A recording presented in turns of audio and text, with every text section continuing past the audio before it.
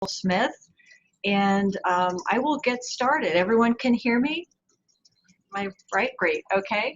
So I think universities and university libraries tend to be really good at staying on top of trends and implementing change in an informed, systematic, and conservative way.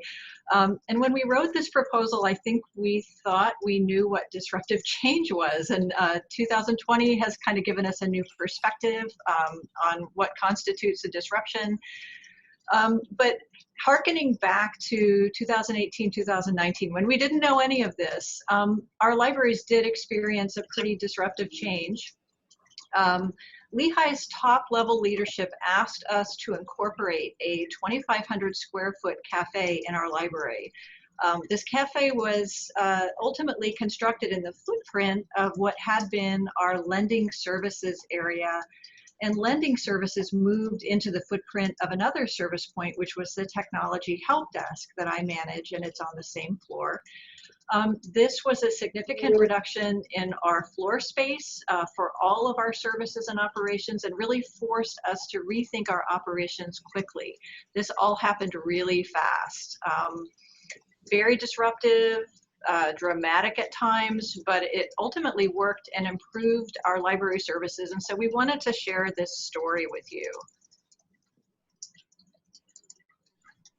I'm going to try to find my, here we go. And to start, I'd like to provide some context about Lehigh and our libraries. So you may be familiar with Lehigh University. We were founded by a railroad pioneer and entrepreneur, Asa Packer. Lehigh was originally an engineering and science school. We did expand over the years to encompass other disciplines. We're built on the side of a mountain, and a fun fact is that we're on South Mountain, which is about 900 feet of elevation, and our campus is very forested and hilly, and we have about 2,600 stair steps, so our students keep in shape. We have 5 colleges and a growing number of interdisciplinary programs. Now just over 5,000 undergraduate students and under 2,000 graduate students. Until very recently, we were primarily a residential campus. We're a selective institution, although our selection process is really evolving. Our acceptance rate is currently about 32%. And we're the smallest university classified, or one of the smallest classified as an R2 high research activity university. Our current majors and colleges are engineering and applied sciences, education, business, arts and sciences. We have a new College of Health that I'll talk about in a minute, and we also have a number of interdisciplinary programs. And so in 2015, we had a new president of Lehigh. John Simon joined us from the University of Virginia, and after he took office, he had a period of listening and acclimation, and then he proposed a very ambitious plan for expansion, which was accepted, and it was branded the Path to Prominence. The Path to Prominence has a number of facets, and one of the changes was that we implemented or are implementing a new College of Health with undergraduate, graduate, executive, and certificate programs in population health with a focus on health technology. This includes a dramatic expansion of our student body.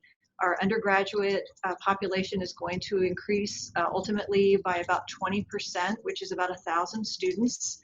We're increasing our graduate student population by around 500. We're recruiting 100 new faculty members. And one of the talking points, it's not really, I think, formally part of the Path to Prominence, but there is informally a discussion that we are aspiring to become an R1 university ultimately. All of this has involved or included a construction plan, and a number of different buildings are being constructed, including a College of Health building, 2 new residence halls, and you see the College of Health building is pictured here, and renovations and expansions for some of our most historic and iconic buildings. And all of this necessitates a significant reduction in parking. So we're really going through a lot of changes right now. And to talk a little bit about the libraries and where the libraries is situated in Lehigh. The libraries is embedded in a division called Library and Technology Services. In 1996, Lehigh merged its libraries and computing centers and telecommunications under one vice provost. So we have a vice provost of LTS. We have a university librarian, a director for our Center of Innovation and Teaching and Learning, and a chief technology officer. And so we all report up through that structure. All of these folks share the same facilities space, and our client services staff work on multidisciplinary college-based teams, which include librarians, computing consultants, and instructional technologists. So each college has its own team of specialists who understand their resources, their research needs, their disciplinary focus. There's also a functional team structure overlaid on this, and it makes our organization look pretty complicated, which is why we're not showing our actual organizational chart. I report to the Chief Technology Officer. I'm a librarian. I have a degree from UNC, University of North Carolina. I do manage the help desk and computer repair services.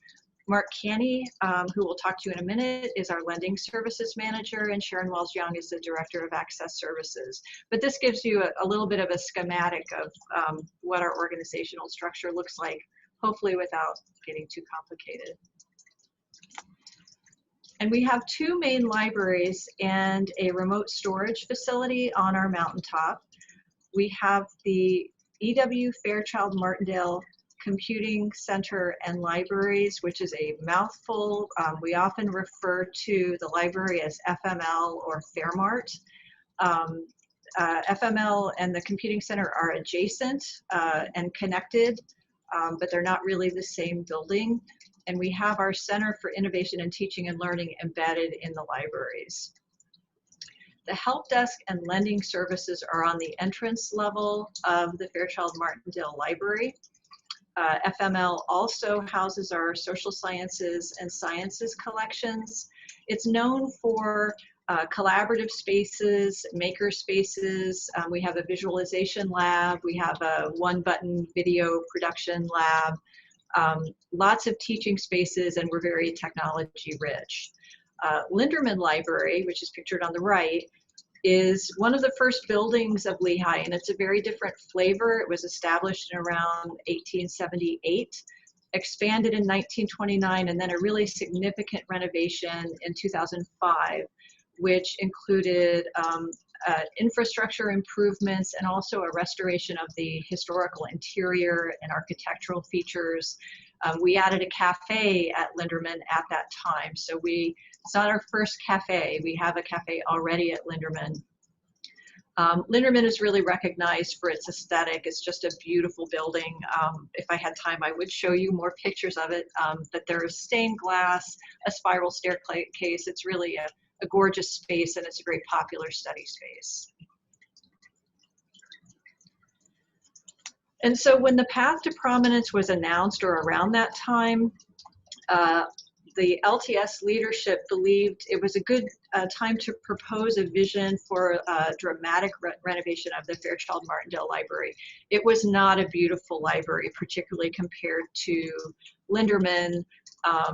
And so the plan for what they called FM 2020 was to engage consultants to help us revision what the Fairchild Martindale Library could be, with goals of increased seating, enhanced technology-rich spaces, incorporating expertise of computing consultants and instructional technologists and libraries still remaining in the building, developing partnerships for space use with other campus units, and creating spaces that inspire.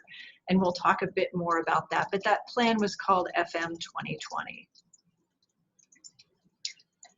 And so in 2015, I think we started kind of a gradual systematic transformation, and Sharon Wiles-Young is going to talk to you about that. Good morning.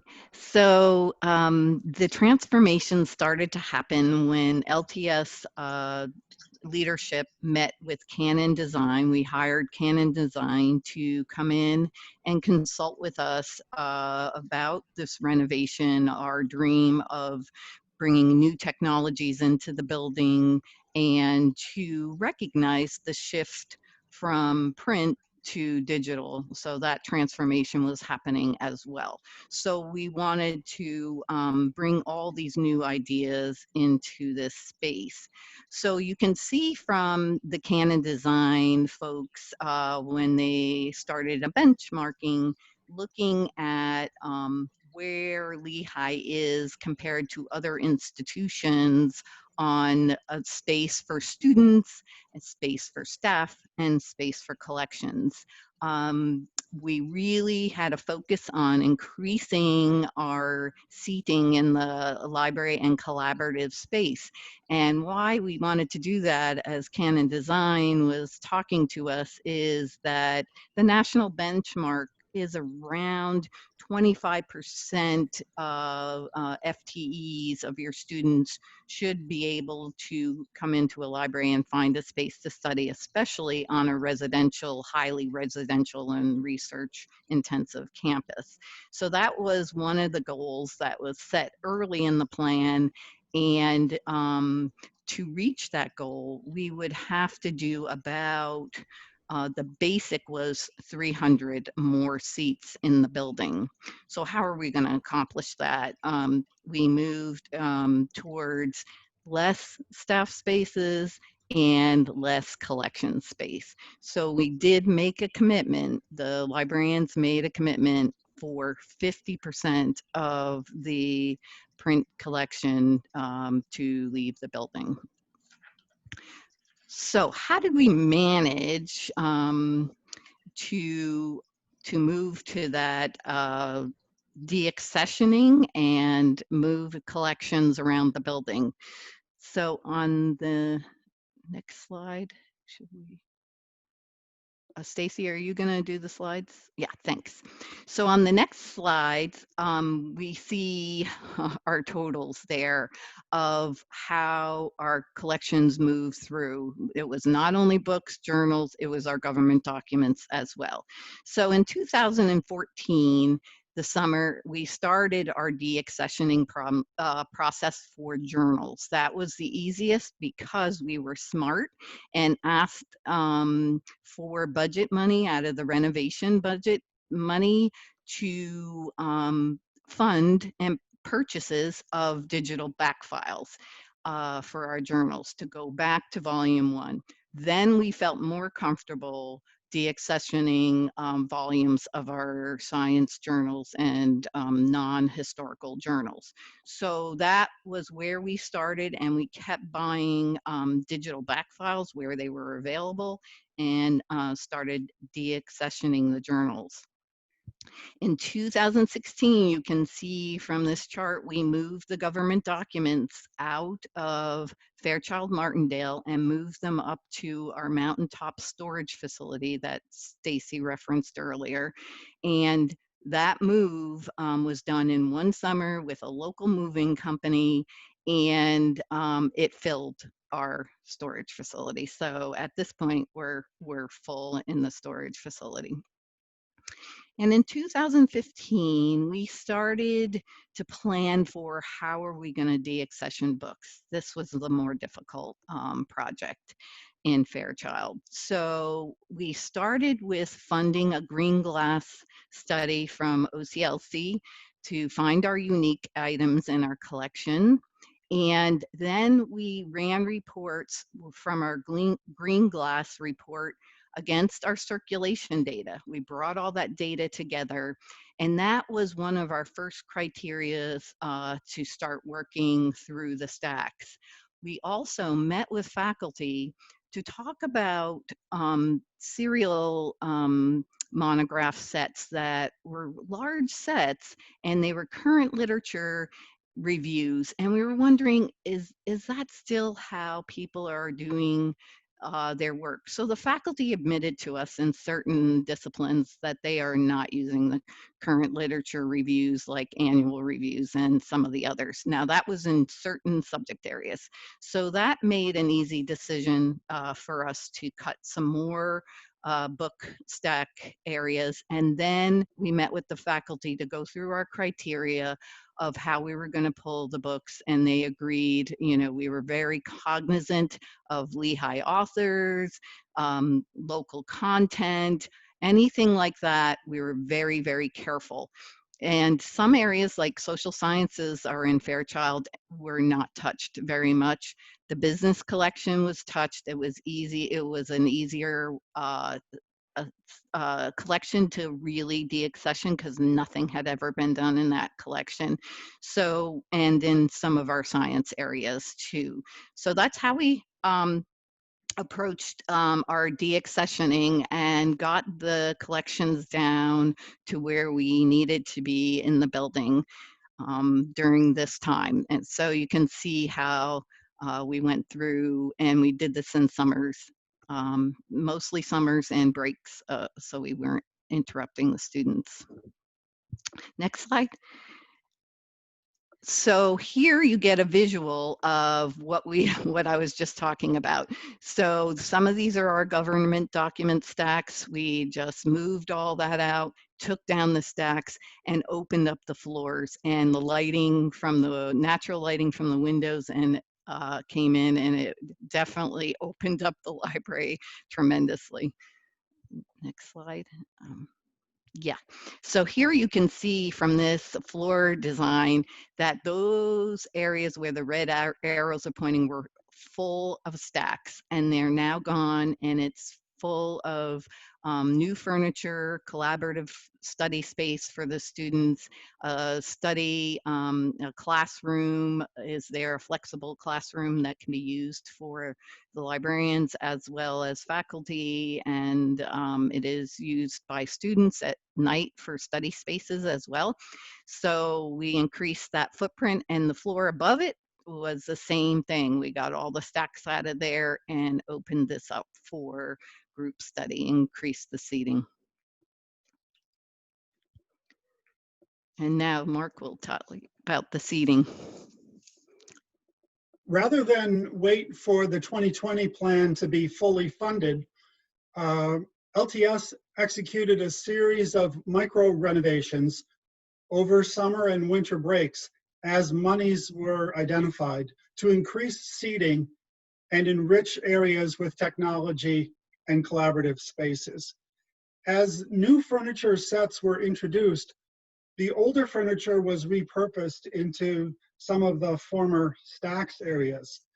Gradually, our seat counts rose, even as we tried to maintain an equal balance between quiet and collaborative study, as the students were asking us to do. We began to realize technology-enhanced creative spaces like the DIY video and lightboard recording studio, and a visualization lab featuring several innovative visualization tools, including immersive virtual reality and a touch-sensitive curved eye wall that allows for collaborative investigation of large-scale data. Our newer flexible spaces enabled us to build partnerships and host events with student groups, clubs with curricular and extracurricular interests like entrepreneurial groups. In the spring of 2019, it was a key moment in our library space planning at FML. The on-again, off-again cafe proposal was suddenly green-lighted. Our change experience really began to accelerate.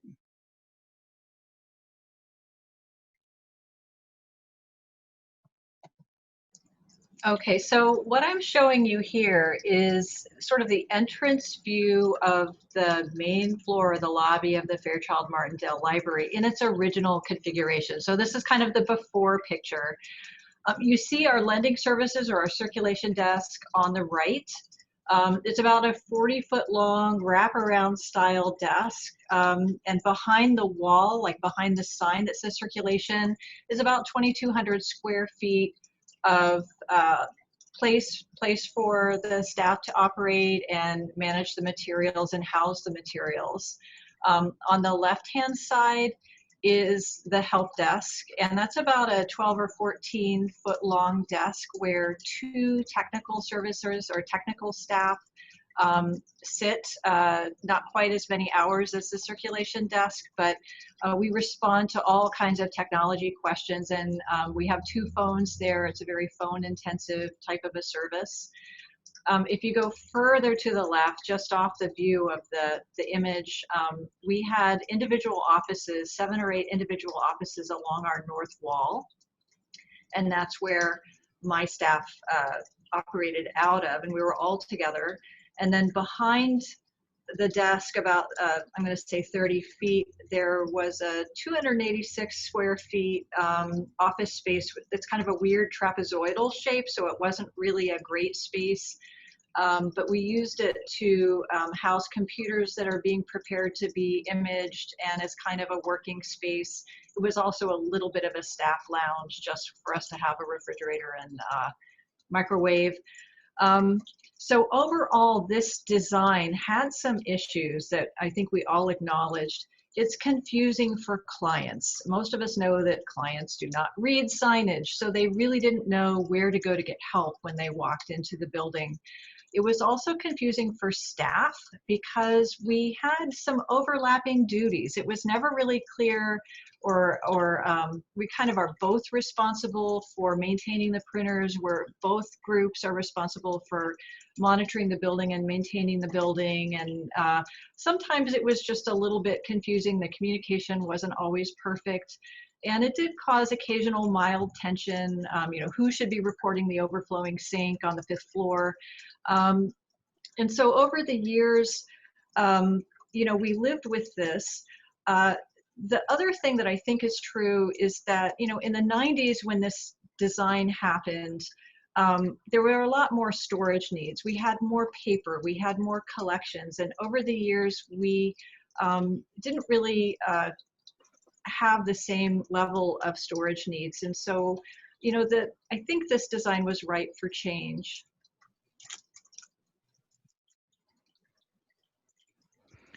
So you heard earlier that up in our renovated Linderman Library that we had a cafe that was very popular, and then dining services had a small just serving coffee and snacks down in our ground floor of Fairchild Library, and that was even popular. So they decided they really needed a bigger space, and they met with LTS leadership to try to work out a deal to get a larger space in the new renovated and, you know, open design of the library.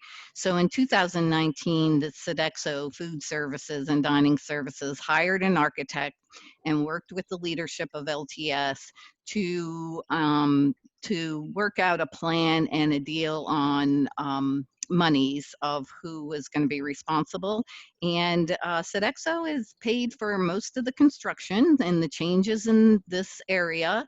They did all of that, plus they had to put in a restroom on this floor, plus they had to construct a new office for us, a little staff space down on the ground floor, and find room for their freezers. So this renovation started in the summer of 2019, right after finals were done. They moved right in for construction, and they were open in the fall, along with all the other renovations were done by the fall as well. In order for the cafe vision to be realized, lending services needed to vacate the circulation desk and the team production area behind the wall that you see here. In our old configuration, we had space to spare.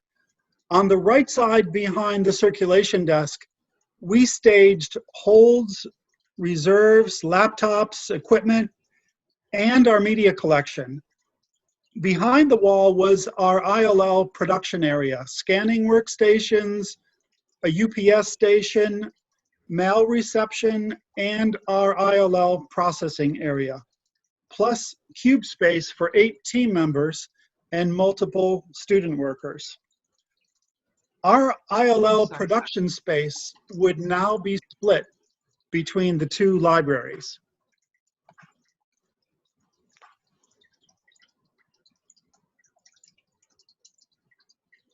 So what you can see now is the renovated point of coming into the library. This is the main door right here.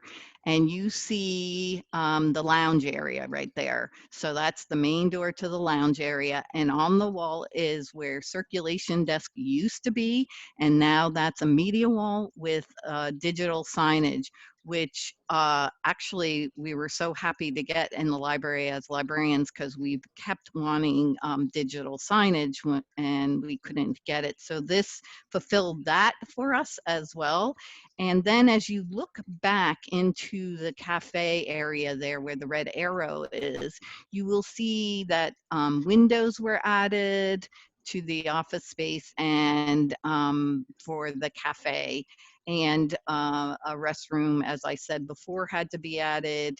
And we had to move, as Mark said, some of the staff up to another library, and they did pay for construction of one more ILL office on the ground floor to take care of our staff that were dislodged from this cafe space. And this is operated all by Sodexo Dining Services. Okay, so we'll look at renovating and adapting services in this context. The construction phase began after May classes and lasted until the beginning of fall semester.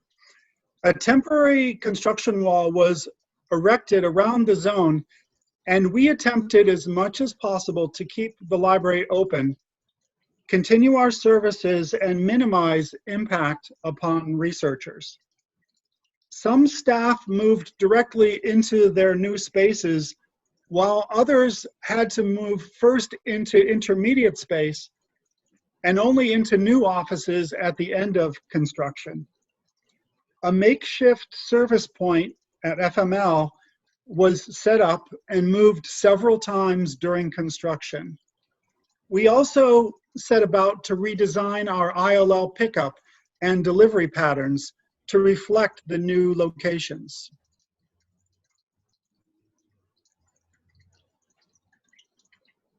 FML had been the hub of our ILL processing, but with more staff housed at Linderman, we opted to configure both buildings for ILL shipping and pickup. In Discovery, researchers could now choose their preferred pickup point. And we introduced paging and office delivery services. Paging, in particular, helps us to reinforce the value of our remaining print collection, as well as improve access. At the new merged service point, our reduced footprint required us to rethink the materials we were storing at or near the service desk. For example, our media collection was formerly behind the desk near reserves, but we opted to place media collection up into the open stacks. The new unified service desk required new training, workflows, and better use of student workers to keep the desk area lean and clean. Okay, so I'm going to talk a little bit about the technology help desk and what adapting our services look like. We've been very self-contained.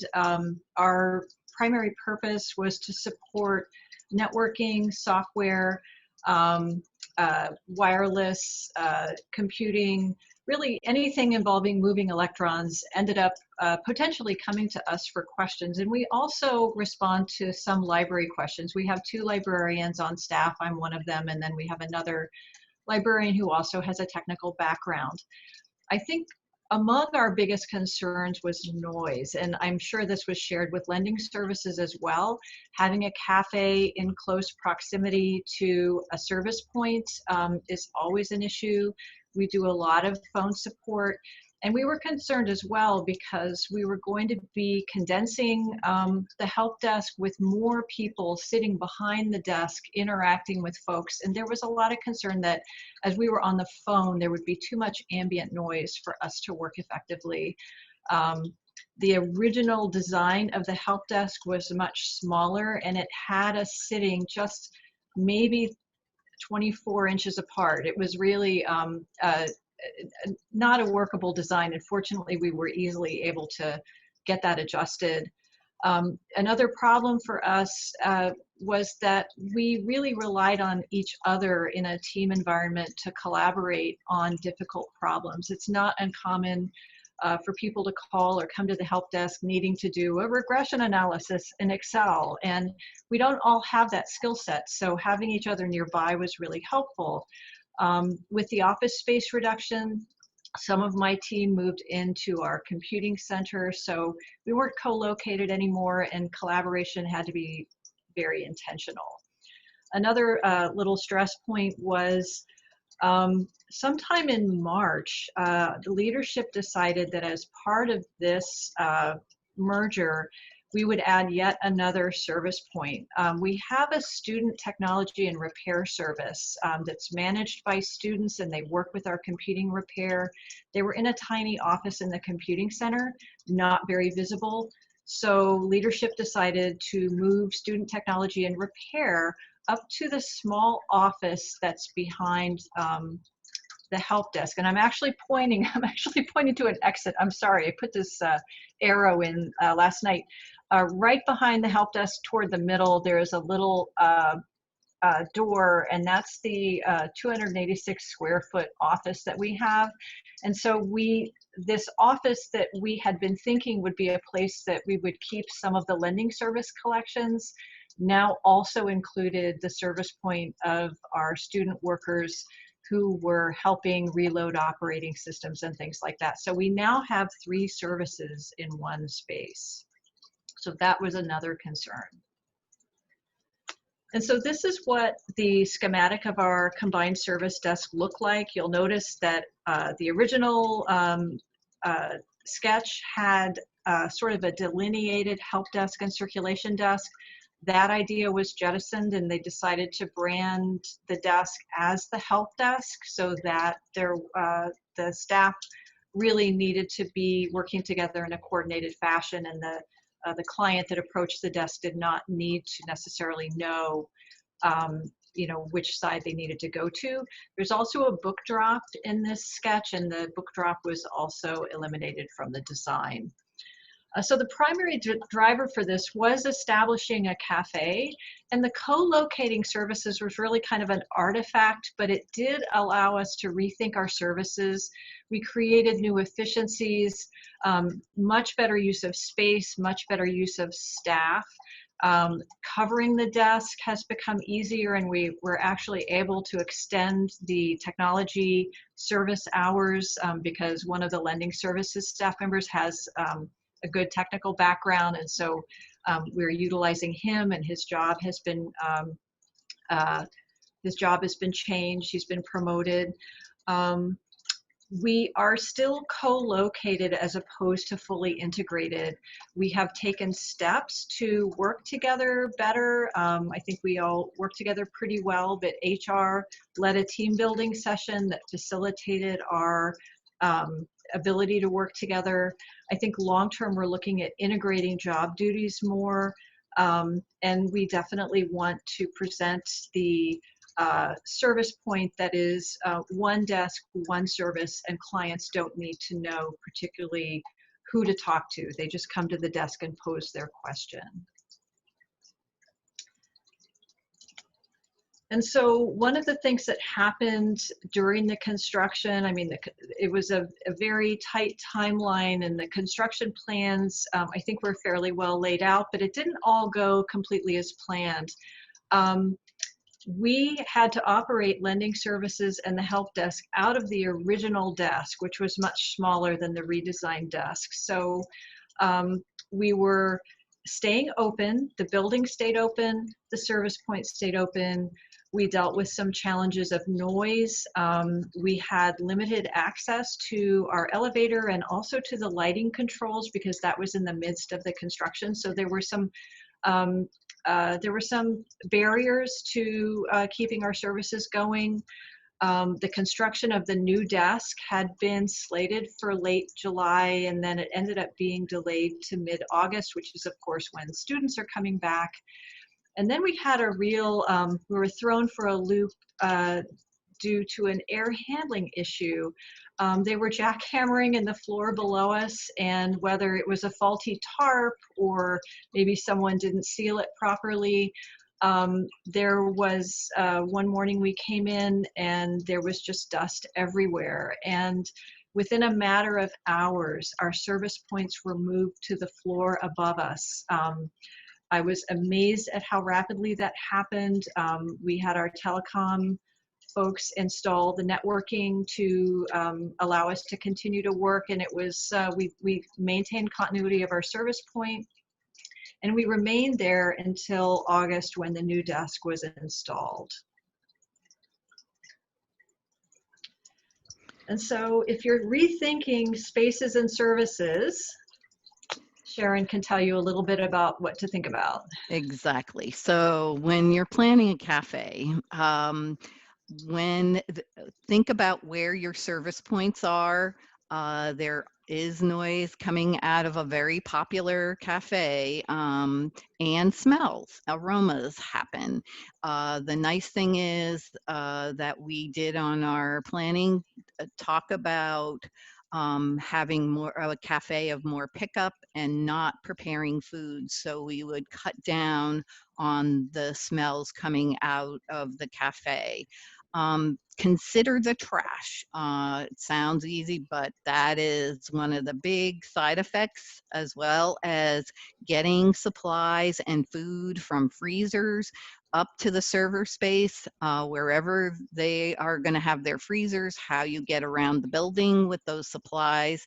They had to use our elevators in the library, of course, to get up the supplies, and that puts a stress on the infrastructure of the elevator, as well as our collections people who have to move stuff around and share those elevators. So that's a thought.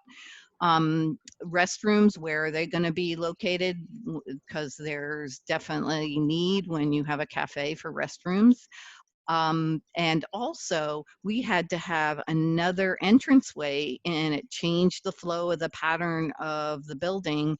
And so we had to think of a security gate for that new entranceway, and that was an afterthought. And so during the construction period, we could have installed that security gate much better than we could at the end of the construction, and we've had some problems with those security gates. And the last thing I would say is negotiate long-term for some of the profits from Sodexo, the dining services. Yes, they paid for our construction, and I saw a question, they paid for our construction of the desks and an office for us as well. We had to pay for a few other things, but they paid for the restroom as well. So they did pay for all that, but long term, they are making so much money day to day, and the libraries should get a piece of that. So I don't want to sound all negative. I just wanted to give you those points of thinking if you're putting a cafe in. And then in general, after we were done, the cafe is wildly successful. I like to have meetings with people, and I can never find a table free in that area. People are coming to the building because of the cafe as well. And our Fairchild Martindale has become a destination space with all the technology in it. Student events are taking place with that technology. It's wonderful to see. And our services, now we have complimentary services for ILL up in Linderman, so we can, a faculty can pick up, drop off there, or get delivery from Linderman and Fairchild, which was a real added plus all the other services that Stacey told you that were rolled into the one service desk. And one service desk has been wonderful, because walking into Fairchild and trying to decide between circulation and help desk, I'm sure was an issue for people before. And so just to summarize, Mark and I are going to give some insights, and I just wanted to show you the actual desk. We only have one photo of this desk. It's so new. You can see that it's actually got, it's sort of a boomerang shape, but there's actually a third arm that is on the north-facing wall, and that gives us enough space for 4 people. Typically, we have 2 to 3 people staffing the desk, and it's spacious. It gives us room for what we need. The book trucks are here.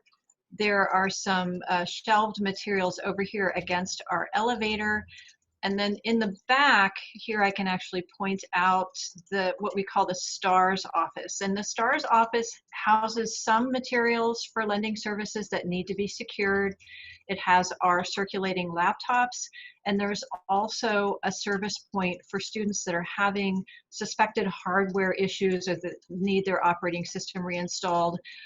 We have student workers who provide that service, and so they're much easier to find. It's a seamless referral. And then this exit door here goes directly down to our computing repair. So it's a really, I think, effective and streamlined way of changing up our services. And I'll just say, I think it's a big win for clients, and I think it's a big win as far as the potential for staff development and for staff appreciating each other's work. We had no idea how much traffic, and we were right across from the lending services desk, but we had no idea how much traffic and the kinds of issues that they dealt with. So I think we have a much greater appreciation. Fairchild Martindale is no longer the ugly library compared to Linderman. It's really quite beautiful. And the cafe is a big win, as Sharon pointed out. And now Mark will share his insights. My takeaways from this experience: change, of course, is an important driver of innovation and improvement for my team. But it's nice to have sufficient lead time, and of course, not all change at once, please. It's important to really understand your service configuration, to listen to frontline staff and understand their workflows, and value the technology staff that manages your system infrastructure. And lastly, stay flexible. 6 months ago, we were touting high gate counts and high density seating. Now we are thinking about social distancing and spacing furniture. All right, well, thanks for hanging in there. I think we went a little over, but not as far over as I thought. So we have time for questions.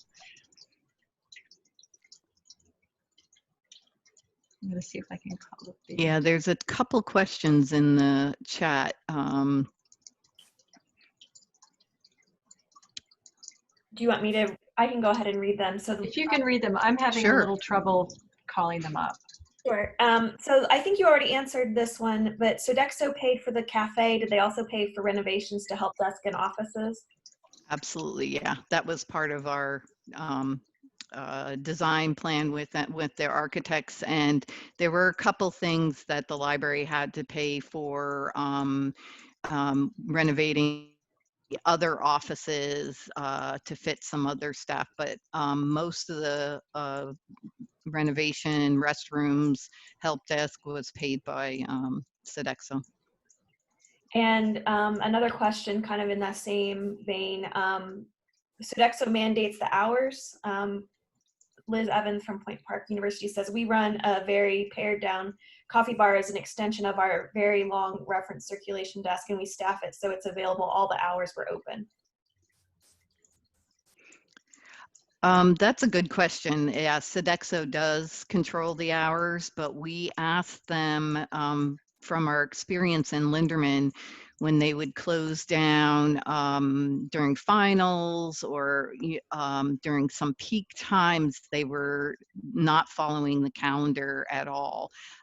So in Fairchild, Martindale, they've done a better job. Stacey and Mark, do you have anything to add about the hours? I mean, More or less, they set their own hours. Our hours tend to go beyond theirs because we're open till 2 a.m. On the calendar side, as you mentioned, they tend to want to be closed during breaks. And we've provided them with gate counts and try to get them to be open as much as possible. Yeah, during the high volume hours, they really need a second cash register. I mean, we see lines out the door. And in the evenings, I have experienced where if they're not seeing enough volume, they'll just close early. They definitely are open on time in the morning for all of the traffic for, breakfast, lunch, and dinner, but, they might close. What I have experienced is that they might close early, but the profits, I'm sure, have greatly exceeded their expectations. They really can't manage the volume right now, and they are talking about adding a second cash register. Heather says your library is so well planned and beautiful. And then there was a question earlier. Did the students call the space FML given the colloquial use of that term? It seems somewhat problematic. That's a very good point. We've talked about that a little bit, but I have a hard time using it. But I notice the students just use it all the time, so it's a very hard thing now. It's already become part of their jargon. So and we have a communication strategist. When we named the cafe, we named it The Grind, and there was discussion. I don't think it's ever really been in writing, FML.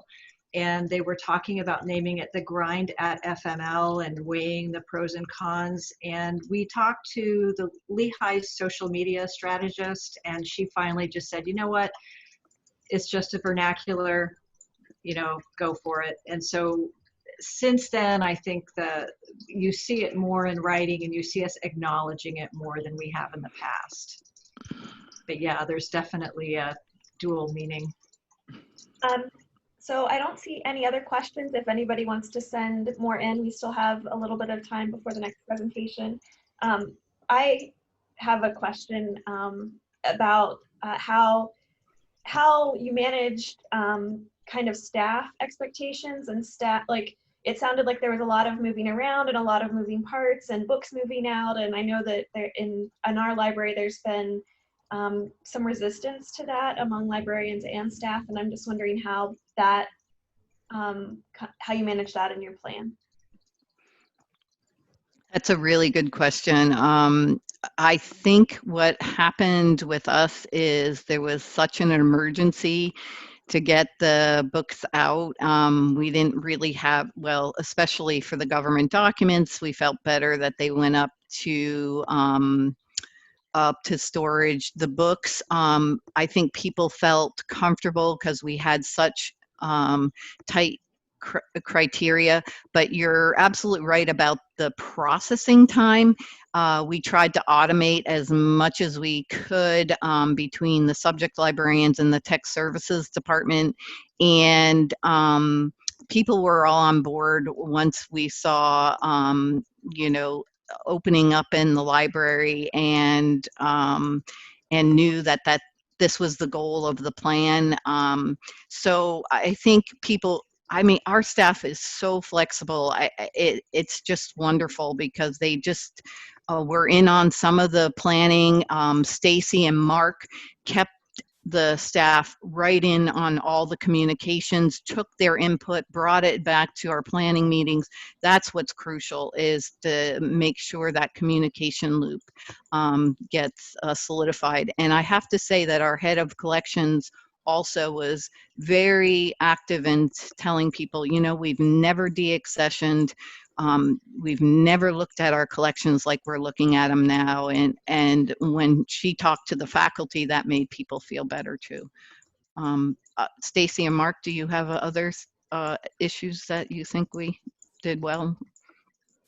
The only thing I can say, I really anticipated some pushback from my staff. We have, you know, in 20 years I've been here, we've always had that north wall of private offices. They're small, but they're private and they have windows. And, you know, in order to accommodate everyone, some of my team had to move to another building, to a cube farm in another building. And I was really expecting some pushback. And I think what really helped was only half of my staff had to move, and the question of, you know, how I picked who would move. I just made the decision based on who needed to be closest to the service point. You know, based on the rationale of their expertise. And there was just acceptance. And I have to agree with Sharon. I think a lot of it is just we have a really flexible staff. I've just been amazed at, you know, I think they understood that this was kind of imposed from above, and, you know, not a lot of, at least not that I heard, not a lot of pushback. Yeah, the flexibility, of course, we're just so grateful for that.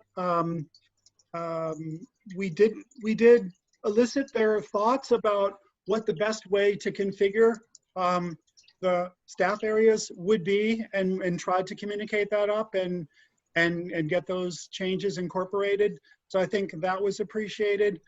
I would say we've been through so many changes in the past couple of years. We recently migrated our ILS, so it seems like every summer is sort of the summer of change. And so we have a bit of a change culture where people are willing and able to adapt. Okay, I see one more question. Does the exterior door open into the cafe or the building itself?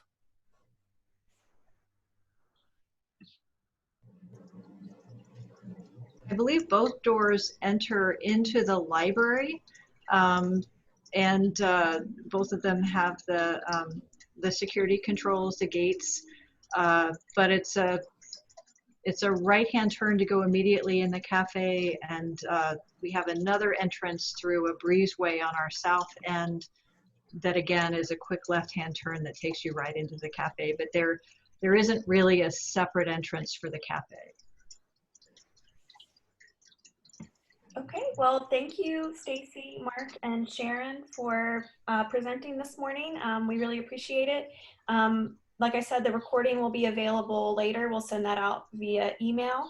And then we have about 5 minutes before the next presentation starts today. So I'll let you all go get coffee or whatever, and then Rhonda will take over as moderator. Thanks, everyone. Thank you, Thank you. Jessica. All right, thank you.